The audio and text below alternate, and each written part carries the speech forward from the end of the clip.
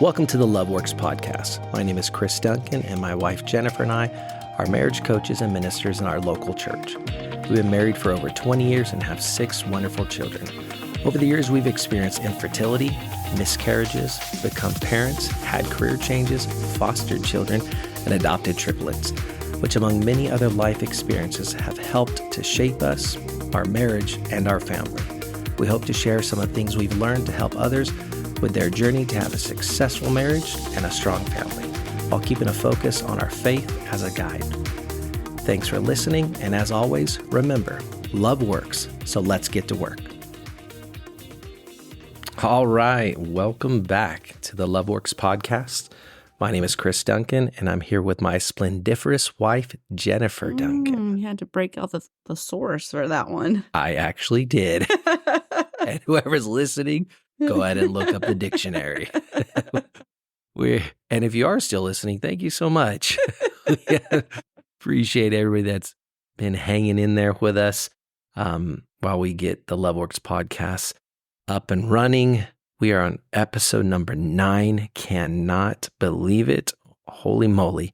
It's moving so quickly. But again, thank you so much for joining us. We're having an absolute blast doing this. So just a reminder, if you are newly listening with us, we'll be releasing episodes bi-weekly. They're generally released on Sunday morning. So please subscribe on whatever your favorite podcast listening avenue is, whether it be Apple Music, Spotify, Google, wherever it is, we're on all of them. So thank you again for listening and subscribing. But please like, comment, or rate and share, because that really helps us get out there. And actually, I was looking at the statistics on our last episode that we released, and on Apple Podcasts, our last episode was consumed 128%. So what that means is everybody that listened to it on Apple listened to the entire episode, and some of them listened to it multiple times. So that was us. Yes. Thank you, Mom. Appreciate that. We just leave it on repeat. No, not really. I cannot listen to these. Jen's never listened to one of our episodes. Even when I'm editing, she's like, turn that off. I can't listen to myself. Oh, you're amazing, babe. So if you are out there and you have any questions or topics that you'd like us to discuss, please let us know. There's several ways you can reach out. You can direct message us on social media at our LoveWorks podcast, Facebook or Instagram pages. You can text us or call us at 747-322-1089. If you do call, no one's going to answer. You can just leave a message and we will check that. Or you can email us at loveworkspodcasts@gmail.com. All right, Jen, what do we got going on? We're going to go into our What's That segment. For our new listeners who don't know, our What's That segment gives you a little snapshot of the Duncan household during the week. Some of the funny things our kids do and say. And we came up with the title from our smallest Duncan. He's 16 months old now, but when he first started talking, everything was, what's that? What's that? What's that? What's that? He would point at everything and ask, what's that? So we're going to do our what's that? What's that, Chris? All right. So mine actually got a little bit before we started recording today. I was, mindlessly scrolling through Instagram and something popped up, a reel popped up. I forget the title of it, but it was talking about basically kids can name anything. And the first one was this uncle, he had a little video, and he said that his niece called an aquarium a water zoo. And his face, you could see he's like thinking about that. He's like, that makes perfect sense. How do we have to come up with a new word? That's pretty easy. I know. Then this mom said that her daughter calls tears panic water. And she's like, isn't that the perfect thing for tears? And so I started thinking about some things that our kids say, and every one of them have said this, and it started with Boston. And I'm sure Asher, once he fully starts talking, he's going to say the same thing. All of our kids, again, Boston started this. And now Jen and I do the same thing, but shorts are long sleeve pants. That just sounds right now. We don't call anything shorts. It's all get your long sleeve pants on. So yeah, if the boys, when they're little, they're going to go out and it's hot and Bob's like, where's my long sleeve pants? So now in the Duncan house, shorts are long sleeve pants. That's awesome. Mine is something that happened last night because it was really cute. Not funny, but cute. Well, yeah. So, my husband has been gone a lot this week. And the girls have been sleeping in the room with me. And so they were getting all ready for bed, and each one of them had taken a pair of Chris's shoes and like put them by their little cots that they had set up on the floor. And I'm like, why do you guys have all these shoes out here? They're like, oh, it's so we feel closer to daddy since he's not here tonight. So I'm like, okay, that's cute, you know.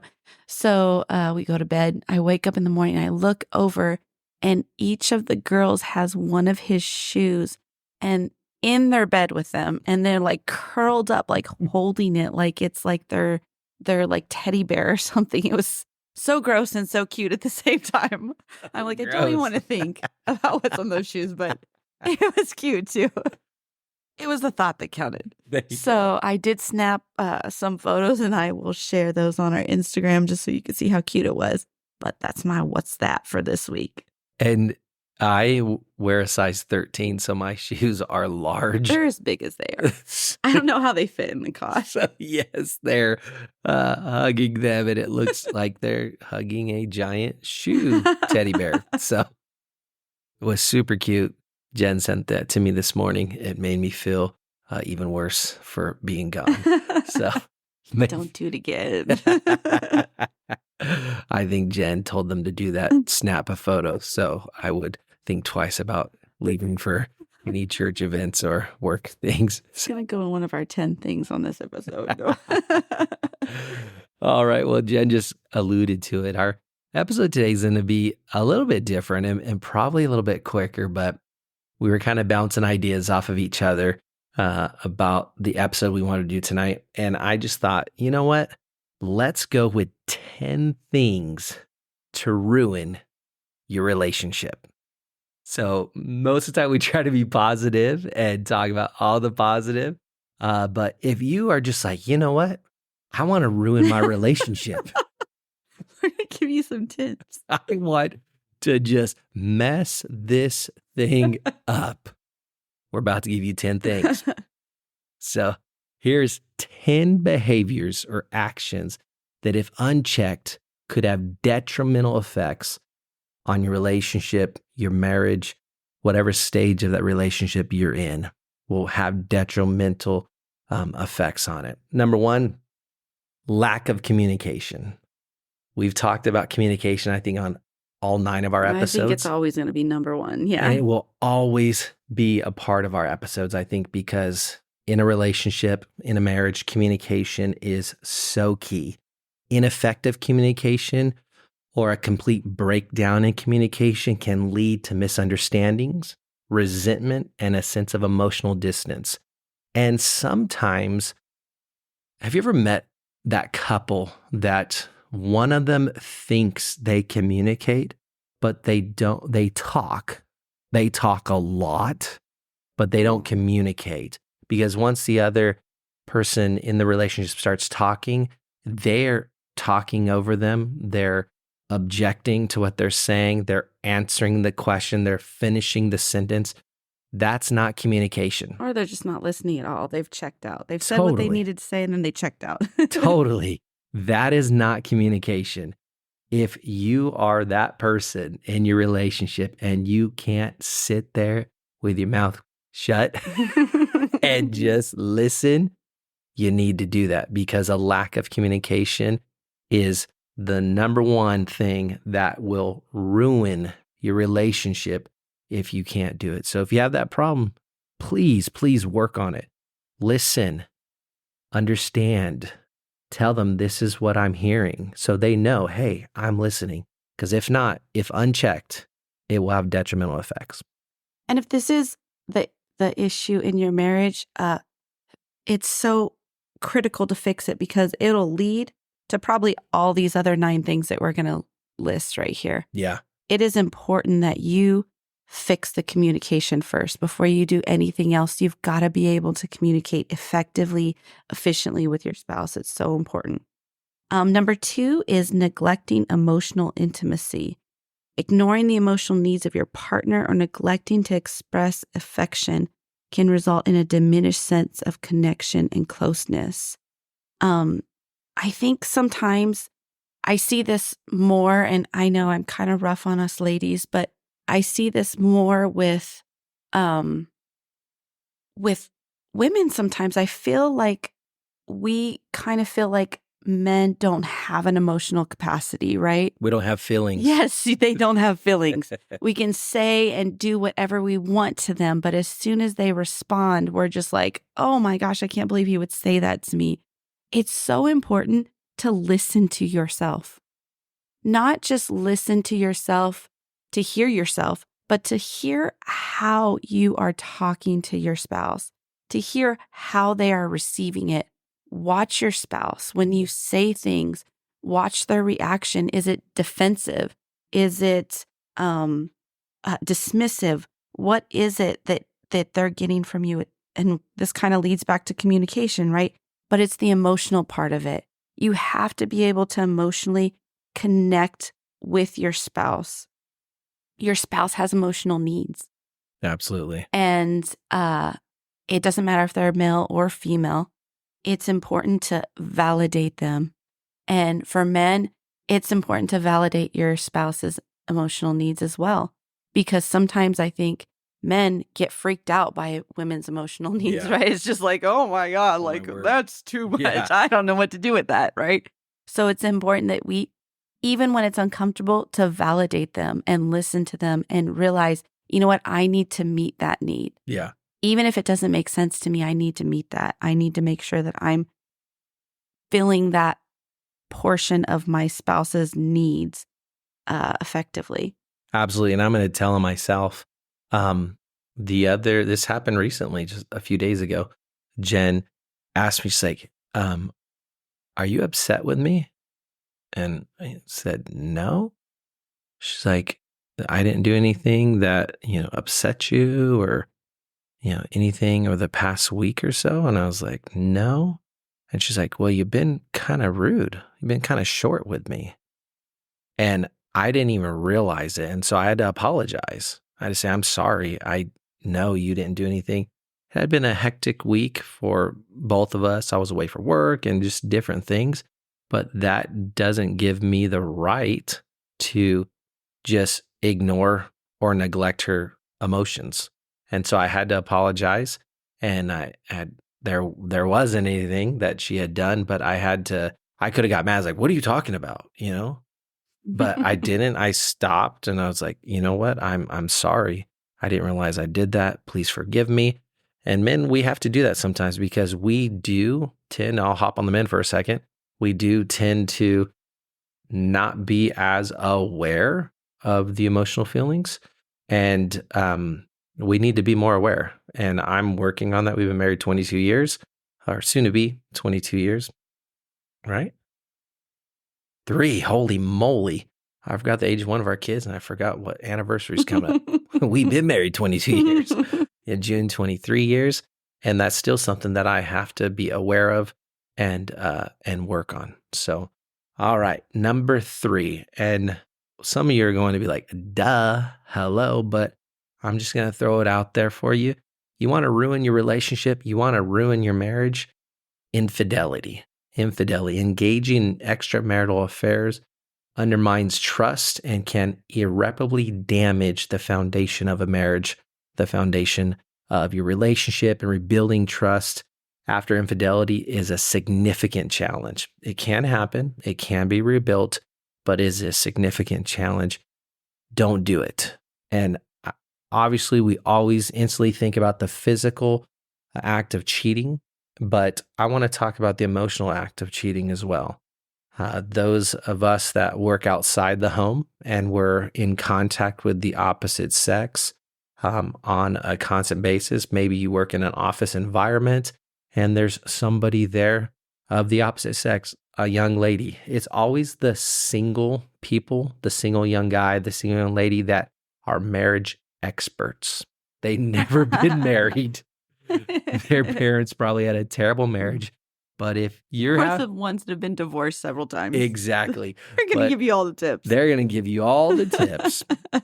And if you're having problems and you're going to work and you're talking to somebody, stop. You need to stop, number one, doing that, because if you're sharing what's the problem is in your relationship, in your marriage, with somebody that can't help change it, then you're just gossiping. So that was free. But you have to be careful of those connections that you make with people at work. We're with them a lot, right? 40 hours, at least if you're working full time, at least 40 hours a week, 5 days a week. We're there, we're around them. I'm not saying don't talk to people of the opposite sex, but you need to be careful of how familiar you get with them. And sometimes people, and I'll just talk from a man's perspective. If we go back to the emotional needs not being met at home, let's say a wife is always, berating a husband, belittling him, emasculating him, and he goes to work and there's a female there that, shows him kindness and tells him how great he is. It doesn't matter what she looks like. There's going to be a connection made there because he needs that and he's not getting it at home. He's getting it at work. And a relationship will begin, and you can cheat emotionally on your spouse that way. And you need to be very, very careful of that. So if you're having any problems at home, you need to talk to somebody. You need to talk to a professional. If you do, talk to your pastor, talk to whomever does the marriage counseling at your church, but you need to get help. Don't take it to work, and don't take it to your family. I'll throw that in for free too, because let's say we have a problem at home and I take it to my brother or my sister and I share it with them. And then Jen and I make up and we're good. My brother and sister, they still have to carry that burden. Yeah. They didn't make up. They didn't see that we forgave each other. We repented and made everything. They still got to carry that weight. Yeah. So just don't do it. Same thing with online. I mean, a lot of us are at home and work at home, do our school at home. Everything's online nowadays. It's crazy. Be careful about who you're accepting as friends. Totally. It can be a very slippery slope. Going down different paths. I've seen so many I don't know why. Old boyfriends, old girlfriends that come up from your childhood recently. People like getting caught up in that, I don't know, the fantasy of being with that person, and it's not real. No. It's not real. You've got to be very careful, especially if everything is not perfect but even if it is, honestly, even if it is in your marriage, sometimes, that feels good. Oh, someone's paying me attention, You've got to be careful with that. Be careful of your online activity as well. Number 4 is financial disharmony. Failing to communicate openly about finances, overspending, or even keeping financial secrets can lead to stress, disagreements, and long-term financial instability. These seem so simple, but why are they so common? Yeah, they're prevalent. I mean, These are it's the top so things that crazy. cause divorce and cause These problems. are the top issues, and you would think we would all be like, no, I'm never going to do that. And we do. We've got to be careful. Money should be an open book. Your finances should be an open book. Either of the spouses should be able to look at something at any time. They should know what's going on with the money. It shouldn't be his responsibility or her responsibility. It's a joint responsibility. And you've got to be honest with each other, and you've got to be honest with yourself. If you're the one that overspends, hello, that's me, raise my hand.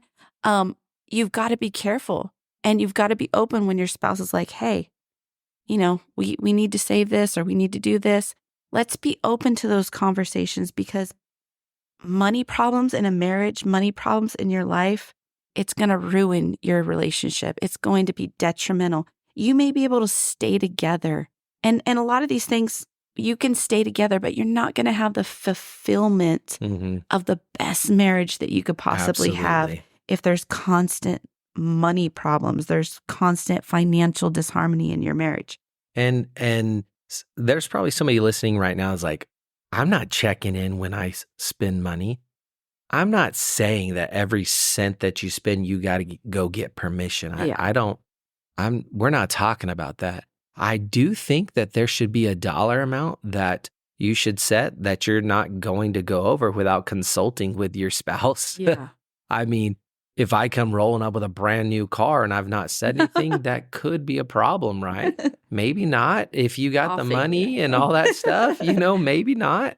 But I do think that should be an understanding, and you should have those conversations. Like Jen said, it should be known to everyone. You shouldn't get to the point where all of a sudden you're losing stuff and it's a surprise to someone in the relationship. Like, oh yeah, we're broke. Like, what? Oh, okay. Oh man. So again, 10 things if you want to ruin your relationship. That was number 4, financial disharmony. Number 5, we've talked about this and kind of talked around it a little bit, but number 5, if you want to blow up your relationship, be disrespectful to each other. Disrespect one another, disregarding or belittling your partner. Talk about her cooking. Talk about his lack of being handy.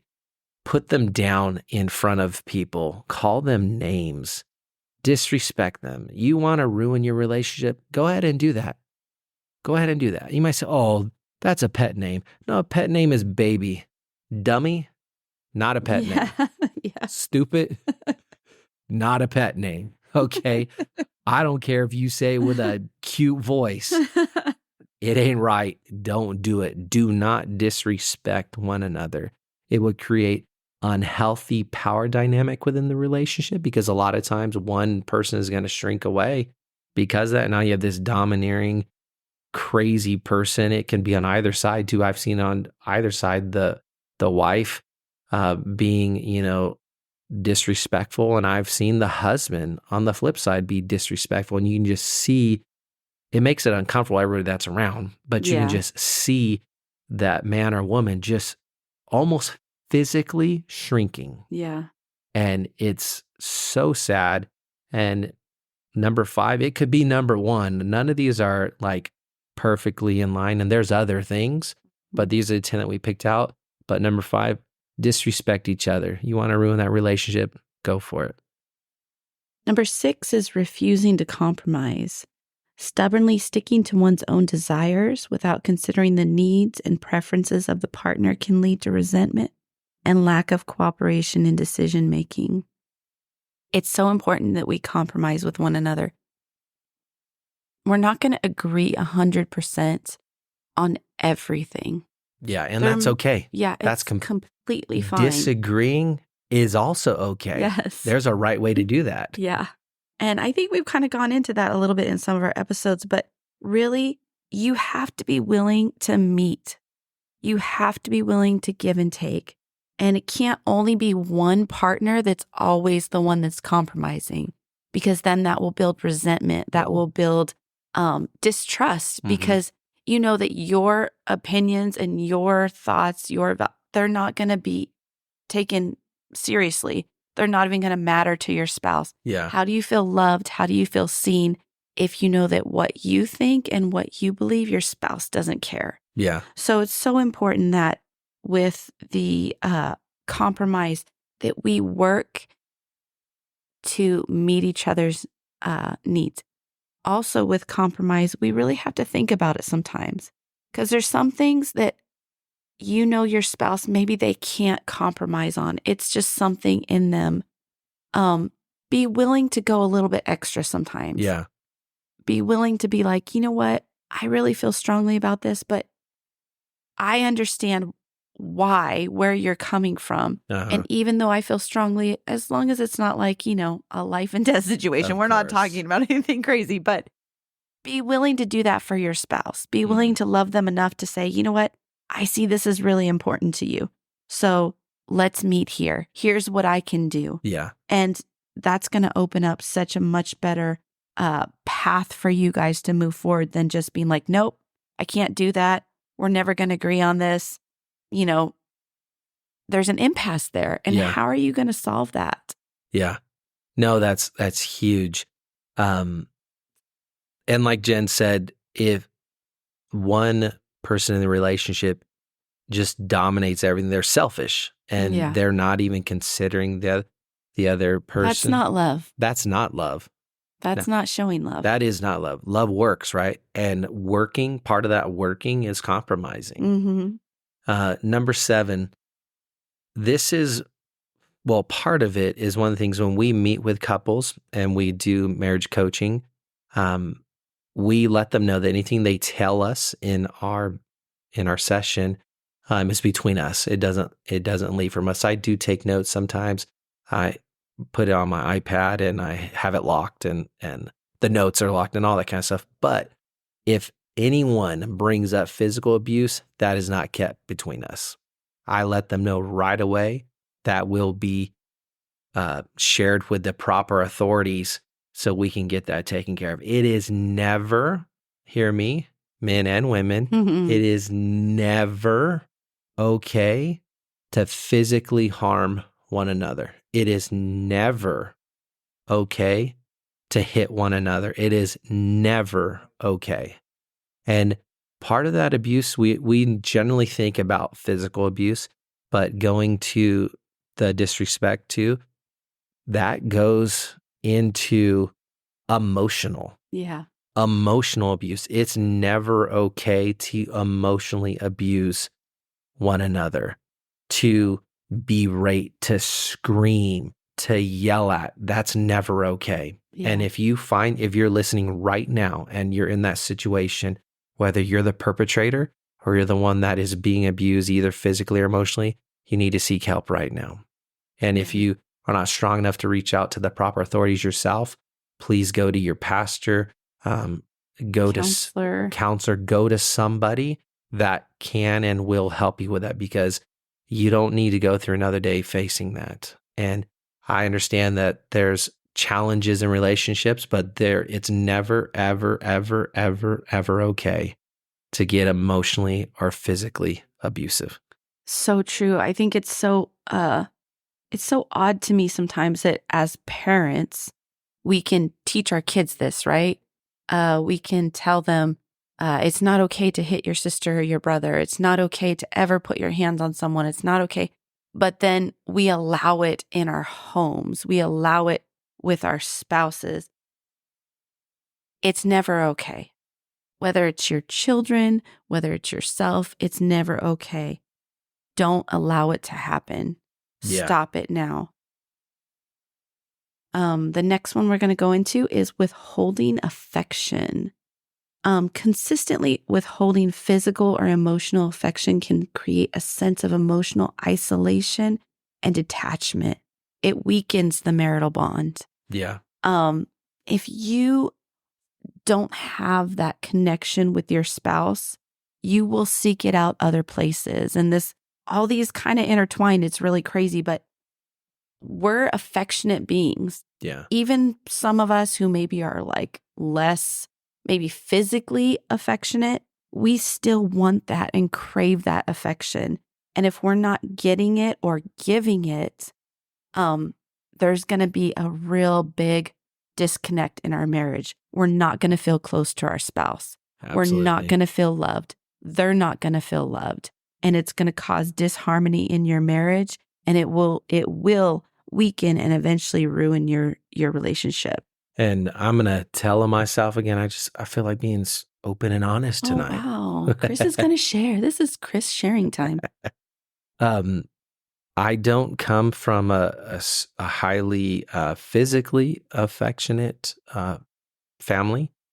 So that's something that I didn't really experience a lot of as a child. And so I struggle with that as an adult. I struggle with that in my marriage too. And so in my phone, it still pops up on my phone. Years ago, I set a reminder for myself, and it goes off a couple times a day, and it says, show love.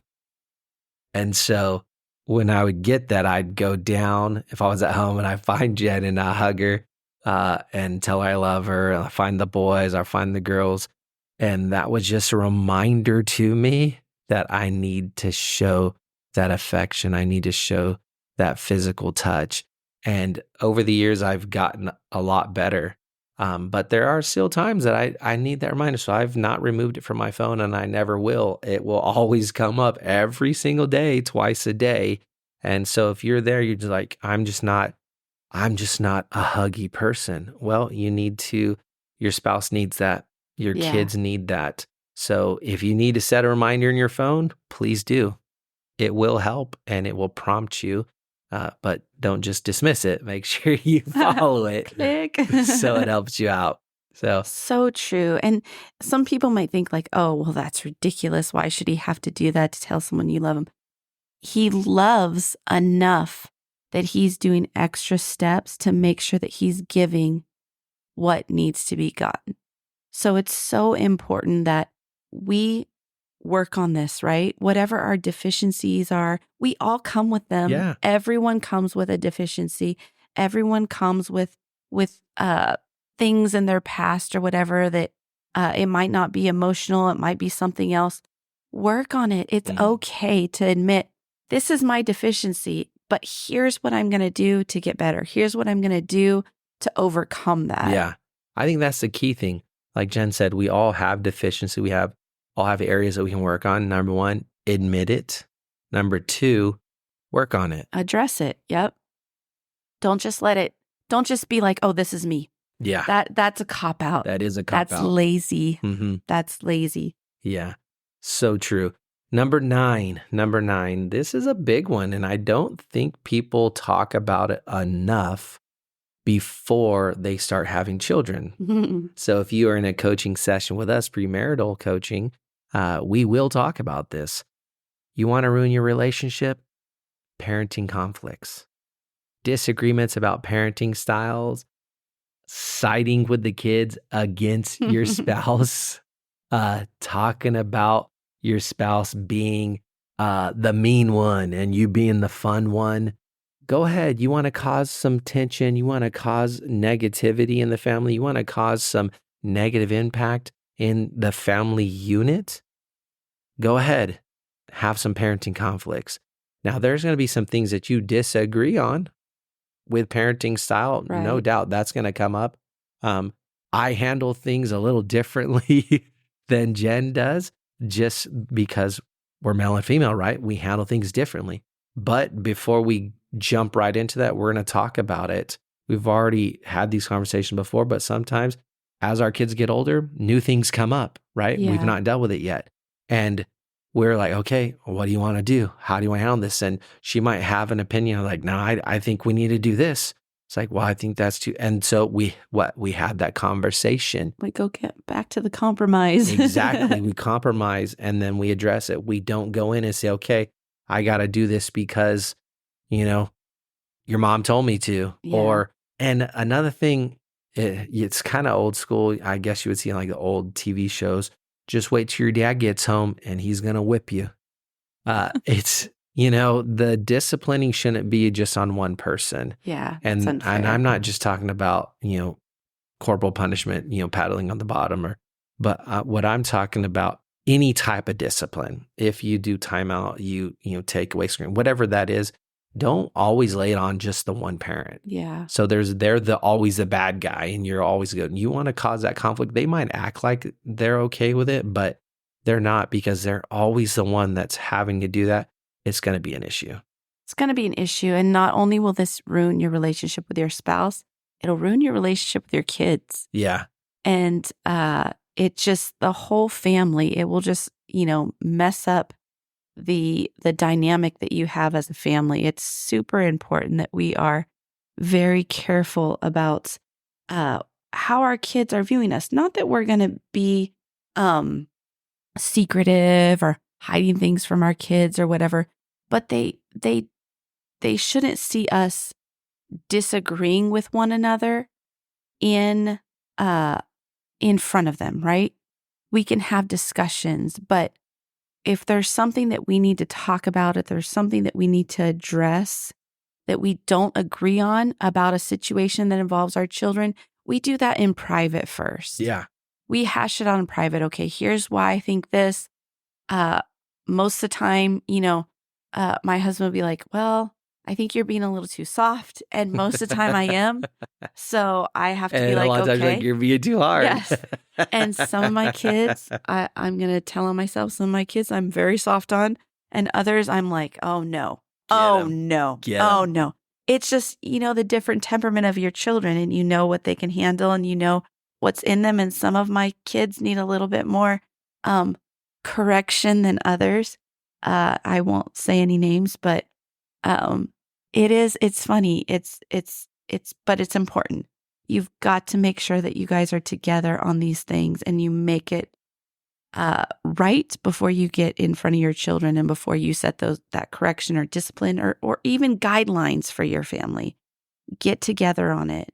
And if you can't, get help. There you go. There's nothing wrong with seeking out somebody's opinion. If you guys can't meet in the middle, then get someone else involved, not your mom or your dad or your brother or your sister. Get a professional. Get there's family therapy. There's all these different things. There's books. How many other podcasts? There's all these things where you can go for information. And it doesn't mean you're going to agree on everything everyone tells you, but it does help you kind of think outside of what you've always known, what you've always thought that you would do. So very important. If you can't come to agreement, get a third party involved. Oh, that's me. That's you. You're That's number me. 10. I'm number 10. I'm finishing it up. Neglecting self-care, ignoring personal well-being, or allowing individual stressors to overwhelm the marriage can result in burnout and strain the relationship. So true. You see sometimes people, and maybe they're sickly or something, and they just don't care anymore. Yeah. And I'm not blaming anyone, because being sick is rough. Absolutely. It is tough, but you have to care enough about yourself and about your spouse to try to be the best version of yourself. That's super important, that we are taking care of ourselves. We're not allowing ourselves to be so stressed and depleted that we have nothing left to give to our husband or wife. We've got to make sure that we're minimizing the stresses however we can, exercise, prayer, meditation, whatever that is, so that you have some left in the tank for your spouse. Totally. And we understand there are some sicknesses, some elements that are debilitating, right? Yeah. But there's some people that will take a sickness and make it debilitating. Yeah. And in and of itself, it's not. But they allow that to take over them, or they allow their, not inability, but their disregard for working out or eating healthy or whatever, just basically like throwing up their hands and walking away. I'm a little overweight. So I'm not like, running 5Ks, daily. I'm not at the peak of. On your Peloton, Dad. Come on. I am a Peloton dad on Facebook. I do have a Peloton though. I have ridden. No, this year you're gonna see Skinny Chris. We're doing it. But so I'm not casting stones, and I understand we talk about this. There's different times in your life that it's crazier than others. We understand that, but just neglecting. We all know what neglecting is. You can look in the mirror and be like, I'm neglecting myself. You always go out, wife, if you go out and you don't care what you look like, you are all unkept and frumpy and all just look a mess. Come on, step up your game. Husband, if you go out, don't care, you got a ripped t-shirt, hey, if you're working, I understand that, but just every day you go out, you don't comb your hair, you don't care. Come on, Yeah. show your spouse that you care. They were attracted to you for a reason, right? And now that you got them, don't just be like, all right, cool, I'm gonna let it go. Gotcha. Yeah. Trick. So we've talked about and kind of joked a little bit because it is tough. Like no one wants to say, hey, go ruin your relationship. And that's not what we're looking for, right? We're trying to help people. But you need to be careful because these things can and will ruin your relationship. So it's crucial to address these potential issues if you are facing any of them, and proactively seeking open communication, and in some of them professional help. If you need it, please get it. And a commitment to mutual growth. Identify them. If you're both struggling with different things, just say, hey, I'm sorry. I'm going to work on this. All right, let's do this. We're in this together. Love works. Let's get to work. Let's work on it. Well, that's the beauty of marriage, right? It's two people that can come together and help each other. Yes. And if you're not helping each other, then you're destroying each other. Absolutely. And so it's important that we remember that. If your spouse, if you're not there for your spouse, if you're not actively working on your relationship, then you're actively working to destroy your relationship. That's true. So true. All right. So thank you so much for listening. And at this point in our podcast, we always like to put a biblical perspective on it. And so Ephesians 5:21, we generally go to Ephesians 5:22, where it talks about wives honoring their husband or obeying their husband. But right before that, Ephesians 21, and this New King James Version says, submitting to one another in the fear of God. Husband and wife submitting to one another. Don't just jump over to verse number 22. There's verses before that. And it starts with Paul talking about submitting to one another. And so that's so key. You want to make sure that you don't fall into these pitfalls. I'm sorry, we're laughing right now, trying to be super serious, but we have Frenchies, and in the background, one of them is, I think, eating their foot off. They're licking it so hard. So I apologize if you hear it. So, all right, that was a random commercial. Let me get back to the serious part, but biblically. Well, if you want a Frenchie, we have some available. Please message us. You can have one. I promise you. I promise. I'll give it to you. But submit to one another. You can overcome all these things. You can overcome so much in a marriage if you just submit one to another. And we think of submission sometimes in our society, at least, as negative. It's not, especially not in a marriage. It's showing that love. It's working on that love. So again, thank you so much for joining us on the Love Works podcast. We truly appreciate everybody that's tuning in throughout the world. It's amazing when I'm looking at the statistics and where everybody's listening. We're being listened to on so many different continents, and it's really awesome to see. So thank you so much. Please like, share, and rate. And at this point, I just like to close this episode in prayer. So, dear Lord, we thank you for the opportunity again, just to share our heart, to share a little bit of, insight, I guess you'd call it, that we've learned over these past 22 years. And Lord, I pray that it helps somebody. I know it helps us. We're spoken to ourselves tonight in this episode, Lord. So we thank you for that wisdom that you've given us, Lord, for this tonight. Lord, I pray right now for each and every person that's going to listen to this episode, whether it be, tomorrow or in 6 months or a year, whenever they do. I pray, Lord, that it bless them, that you bless their relationship, you bless their marriage. Lord, we thank you and we praise you. In Jesus' name we pray. Amen. Always remember, love works, so let's get to work.